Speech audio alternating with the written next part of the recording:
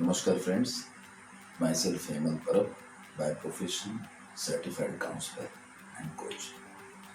Friends, आज के video में हम लोग बहुत ही इम्पोर्टेंट टॉपिक के ऊपर बात करने वाले हैं। फिर चाहे आप पेरेंट हो, स्टूडेंट हो, एम्प्लॉय हो या एंटरप्रेन्योर हो, लेकिन ये जो टर्म हम लोग normally day to day life में यूज़ करते हैं, वो टर्म एक्चुअली है क्या और उसके ज़रिए हम लोग क्या समझ सकते हैं, क्या हमें चीज़ें उजागर होती है, इसके ऊपर मैं आपके साथ में कुछ बातें शेयर करने वाला हूँ। फ्रेंड्स, रिस्पॉन्सिबिलिटी ये वो टर्म है, ये वर्ड है। एक्चुअली ये रिस्पॉन्सिबिलिटी का मीनिंग क्या होता है? हम पूरे दिन में लोगों को बोलते रहते हैं कि आप रिस्पॉन्सिबिलिटी ले लो, जिम्मेदारी ले लो, है ना। स्टूडेंट्स को बताया जाता है भैया जिम्मेदारी से आप स्टडी करो। पेरेंट्स को भी बहुत बार टीचर्स लोग बोलते हैं पेरेंट्स आप अपनी जिम्मेदारी के ऊपर ध्यान दीजिए बच्चों के प्रति, बराबर है ना। उसके साथ साथ हम जॉब करते हैं तो हमें बॉस कहलाता है कि अरे यार जिम्मेदारी से काम करो, बराबर। या फिर जो एंटरप्रेन्योर्स होते हैं, बिजनेसमैन होते हैं, उनसे जिम्मेदारी की अपेक्षा की जाती है। फ्रेंड्स, फिर ये रिस्पॉन्सिबिलिटी एक्चुअली है क्या? दोस्तों, रिस्पॉन्सिबिलिटी का अगर हम लोग शब्द से डेफिनेशन लेंगे या थोड़ा एलेबोरेशन लेंगे तो ये मालूम पड़ता है कि रिस्पॉन्सिबिलिटी का मीनिंग होता है ability to give a proper response in a particular situation. मतलब कोई भी परिस्थिति आपके सामने जब आ जाती है तब आप उसको किस तरीके से रिएक्ट करते हो, इसके ऊपर आपकी रिस्पॉन्सिबिलिटी डिपेंड रहती है। अभी नॉर्मल टर्म्स में अगर हम देखा जाए तो कोई भी अगर परिस्थिति हमारे सामने आ जाती है तो हम लोग भावनात्मक रूप से उसको रिएक्ट करते हैं। और ये जो रिएक्शन रहता है हमारा, कोई भी इमीडिएट रिएक्शन रहता है दोस्तों, वो हमारे बिलीफ सिस्टम से रिलेटेड रहता है, क्योंकि वो टाइम पे हम ज़्यादा सोचते नहीं हैं या समझते नहीं हैं कि वो जो पर्टिकुलर सिचुएशन आई है उसके पीछे का कारण क्या है, बराबर है। इमीडिएटली हम रिएक्ट हो जाते हैं। जैसे कि हमारे बच्चों का अगर ग्रेड जो मतलब रिपोर्ट कार्ड होता है, जब उसको हम देखते हैं और अगर उसमें अगर मार्क्स कम है तो हम लोग इमीडिएटली रिएक्ट हो जाते हैं। क्यों? क्योंकि हम भावनात्मक रूप से उसको रिएक्ट करते हैं। हमारे अंदर जो बिलीफ सिस्टम में बैठा है, हमारे बिलीफ में क्या बैठा है कि अगर हमारे बच्चों को अगर कम मार्क्स पड़ते हैं एग्ज़ाम में तो बच्चों की प्रगति नहीं होगी, बच्चों का विकास नहीं होगा, बच्चों का जो करियर है या आगे जाके उन्हें जो अपॉर्चुनिटीज़ मिलने वाली है उसके ऊपर असर हो सकता है।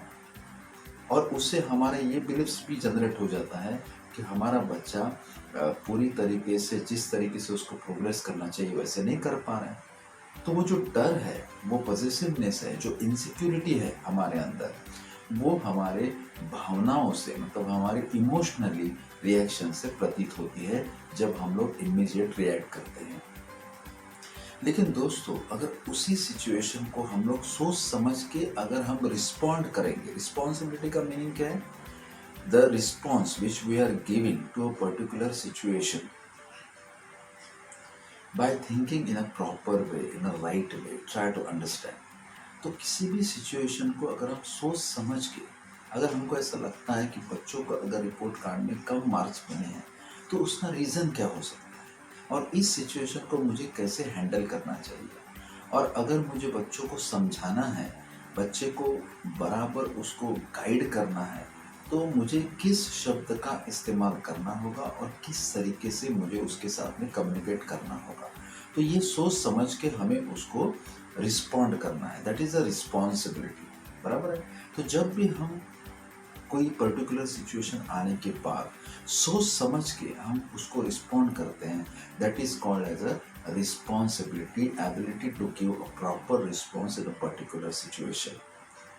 उसके साथ साथ अगर आप स्टूडेंट हो और अगर आपका एग्ज़ाम अभी सामने आ रहा है, जैसे कि अभी एसएससी और एचएससी का एग्ज़ाम आ रहा है, तो ऐसे टाइम पे हमारे मन में अगर डर है दोस्तों, तो हम लोग उस पर्टिकुलर सिचुएशन को हम सक्सेसफुली रिस्पॉन्ड नहीं कर सकते। तो सबसे पहले हमें उसके ऊपर सोच विचार करना होगा, समझ के साथ काम करना होगा।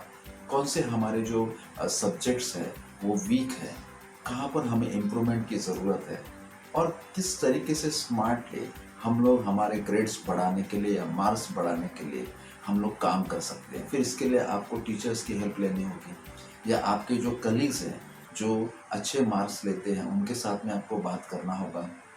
तो दोस्तों वहाँ पर भी आप अच्छा मार्क्स ले सकते हो। That is called as the ability to give a proper response, right response in a particular situation. अगर आप एम्प्लॉय हो और आपको किसी प्रोजेक्ट की जिम्मेदारी दी गई है तो आपको इमोशनली उसको रिएक्ट नहीं करना है, हाइपर नहीं होना है, डरना नहीं है दोस्तों, या फिर सहना नहीं है, बराबर ना। आपको क्या करना है, उस पर्टिकुलर सिचुएशन को स्टडी करना है, समझना है, बराबर है। उस प्रोजेक्ट में क्या क्या जिम्मेदारी आपको मिलने वाली है, आपको किसकी हेल्प लेनी होगी, किसको कांटेक्ट करना होगा, कैसे उसका प्लान तैयार करना होगा, कैसे उसका स्ट्रैटेजी तैयार करना होगा। तो that is called as a ability to give a proper response. अगर आप बिजनेसमैन हो, आपके सामने एक बहुत बड़ा अपॉर्चुनिटी प्रपोजल आया है और एक बहुत बड़ी ऑर्डर आई है, तो आपको उसको डील करना है, उस ऑर्डर को कंप्लीट करना है, बराबर है। तो उसको कैसे कंप्लीट करना है, तो इसके लिए भी आपको प्लान करना होगा, एक स्ट्रैटेजी बनानी होगी, एक पोर्टफोलियो बनाना होगा, कितना पैसा लगेगा, किसके साथ में आपको, किस किन लोगों की आपको हेल्प लगेगी।